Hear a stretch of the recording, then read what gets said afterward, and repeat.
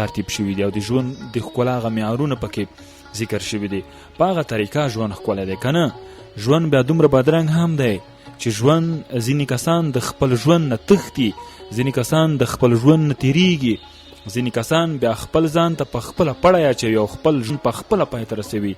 لامل یې دا دی چې ژوند ښکلی دی خو ژوند په تقوا سره، او ځینې وخت ژوند بدرنګ دی او بیا هم په هغه طریقو سره چې هغه د شیطان طریقې دي. زه ستاسو لپاره په دغه ځای کې په نوموړي خپرونه کې 25 داسې طریقې ښایم چې که تاسو په خپل ژوند کې عملي کوئ، عمل ورباندې وکئ، زه باوري یم چې ستاسو ژوند به ښکلی شي، ستاسو ژوند به په سکون کې شي، ستاسو ژوند به آرام شي او ستاسو ژوند به هغه ژوند شي چې موږ وایو چې ژوند ښکلی دی. که داسې ونه شي د دې برخلاف روان شي بیا به مو ژوند بدرنګ وي. ژوند به ښکلی دی خو ستاسو لپاره بدرنګ وي. نو راځئ خپرونه تر پای پورې راسره واورئ او دغه 25 نصیحتونه یا دغه 25 لارې طریقې چې د ژوند د ښکلا، د نیکمرغۍ او د کامیابۍ سبب ګرځي واورئ، ځان سره یې ولیکئ او په خپل ځان کې عملي کړئ. لومړی، همیشه د ورځ په لمانځه او سهارنۍ وسکارو پیلوه. کله چې له خوب پاڅېږي، کله چې ورځ پیلوي، نو ورځ دې په لمانځه سره، په تلاوت سره او په سهارنۍ اسکارو سره پیلوه. ژوند د ښکلا لپاره لومړۍ لاره دغه ده. داسې نه چې کله سهار پاڅېږي یا کله چې ورځ پیلوي بدون د لمونځه نه، بدون د تلاوت او بدون د سهارنۍ اسکارو نه پیلوي، نو ژوند به خود به خود او دغه ورځ چې ستا ته په مخ کې ده خود به خود به د غمونو، د پریشانیو او د مختلفو ستونزو ډکوي او د ورځې تر اخره پورې به په غصې حالاتو کې وي، دماغ به د کار نه کوي، ډول ډول خبرې اترې به له تا څخه کېږي، نه به د نورو سره خبرې خوند درکوي او نه به د نورو خبرې تا ته خوند درکوي چې واورې، او نه به غواړي چې له نورو سره خبرې وکړي.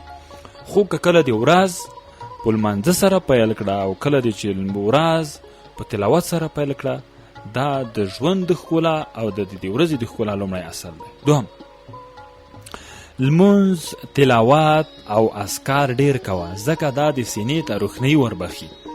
ستا په سینه کې یو ډیر مهم شی دی، ستا په سینه کې د ټول وجود بادشاه دی او ستا په سینه کې یو داسې چیز دی چې که چېرته هغه خوشحاله وي، د دې خوشحالي د بدن په اندامونو، د بدن پر لاسونو، د بدن په سترګو، د بدن پر ژبه، د بدن په خوله همغه خوشحالي اظهاریږي.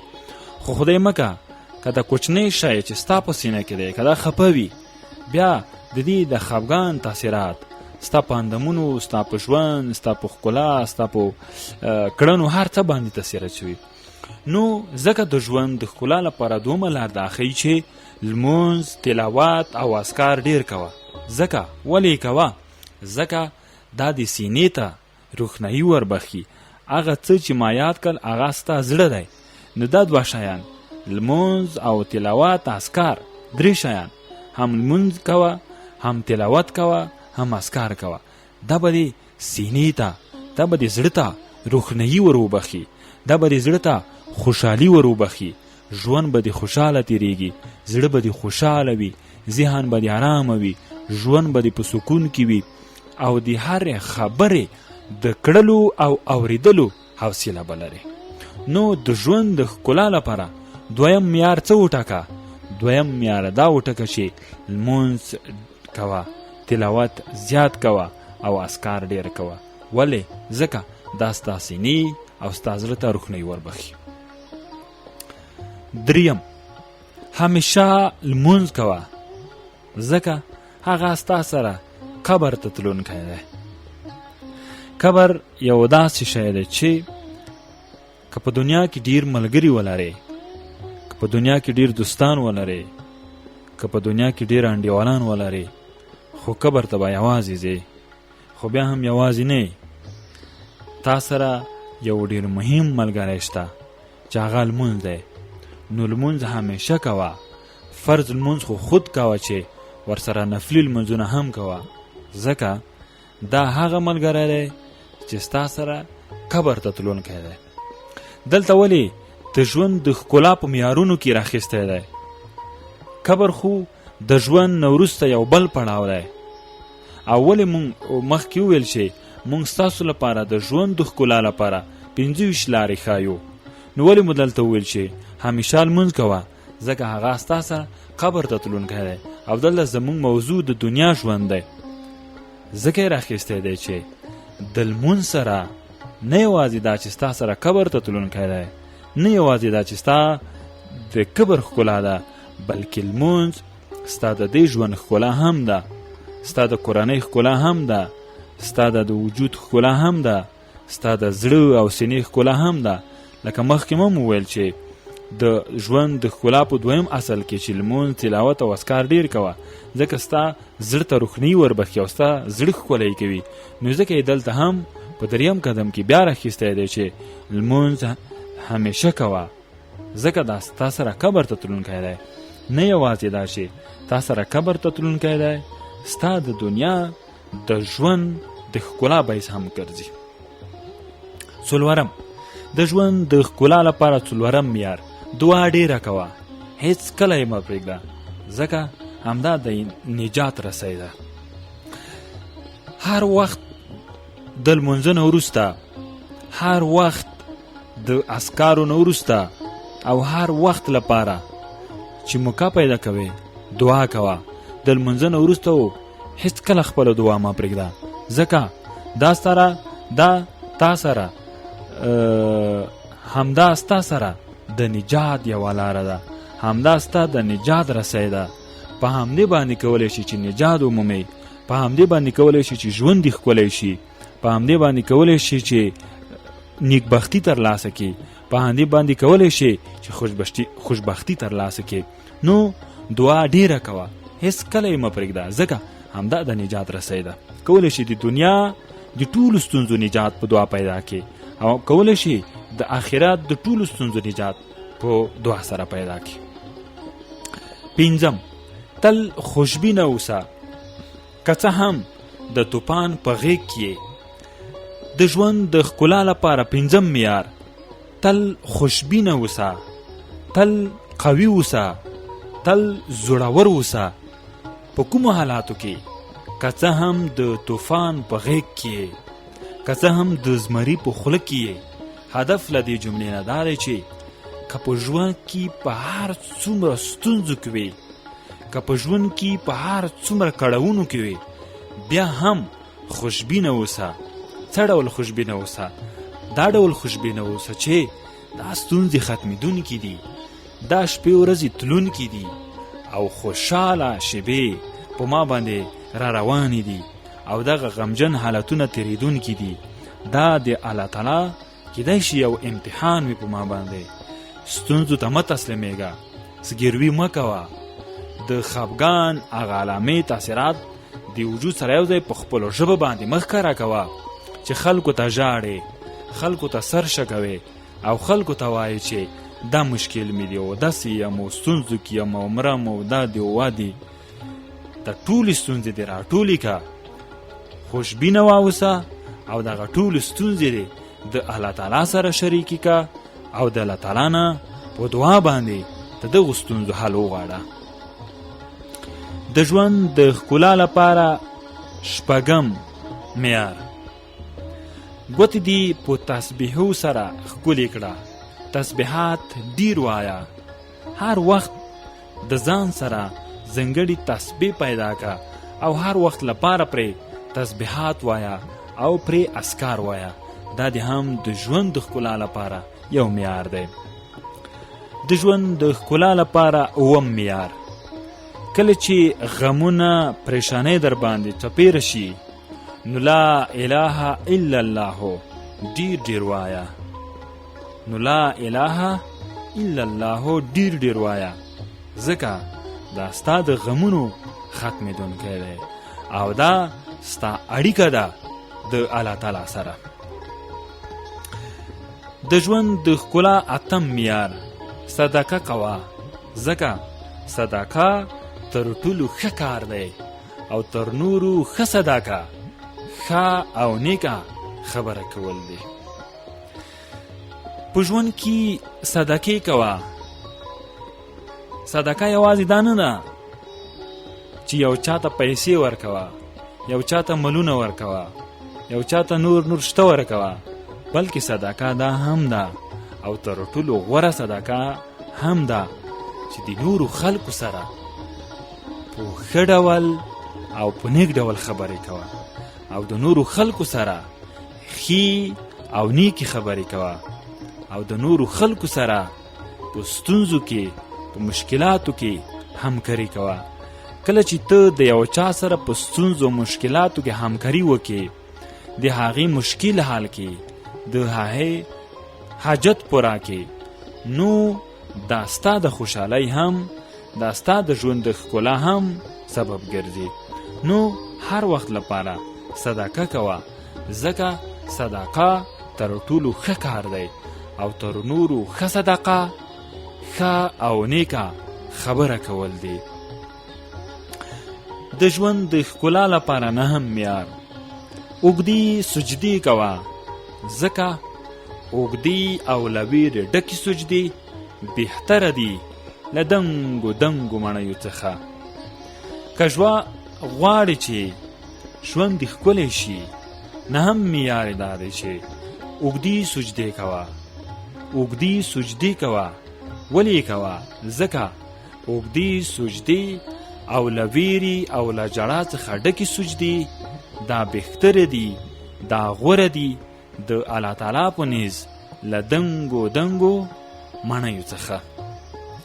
د ژوند د ښکلا لپاره لسم معیار: تر خبرو کولو مخکې فکر کوه، ځکه ځینې کلمې وژونکي دي. دوستانو، مونږ او تاسې زیات وخت دا متل کوو چې خپله ژبه هم کلا ده هم بلا.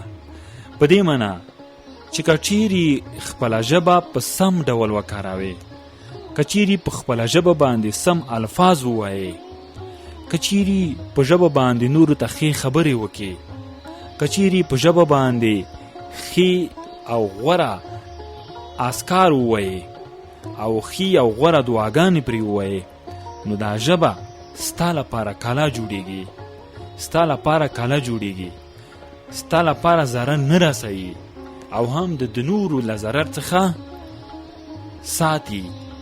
او که د دې برخلاف په خپله ژبه باندې فضول خبرې کوي، د خلکو غیبت پرې کوي، د خلکو شیطانت پرې کوي، نو دغه خپله ژبه ستا لپاره بیا بلا ګرځي. ته به په غمونو کې گیر کی، تا به په مصیبتونو کې گیر کی. ګورئ، زموږ او ستاسې په نن وختونو کې ټولې دا خبرې دي: پلنیه ما پسې دې ولې دا ډول خبره کړې ده، ما پسې دې ولې دا کیسه کړې ده، پلنی پسې دې ولې دا خبره کړې ده.